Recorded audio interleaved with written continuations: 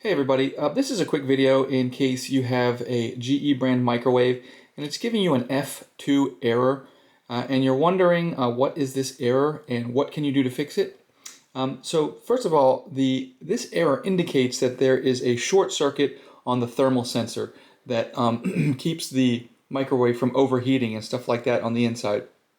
Now, there might be a wiring issue or something like that inside the microwave, but you need to be careful before you go opening it up and trying to fix anything like that. You're probably better off calling support if that's what it is. But what you can do before you do any of that is to just try to do a hard restart on your microwave. So what you want to do is you just want to just unplug it from the wall and leave it unplugged for at least a full minute. And then once you do that, then you can plug it back in, turn it back on, and see if that error doesn't go away. Also, if it was in a situation where it got very hot, this can also cause these kind of random thermal sensor errors.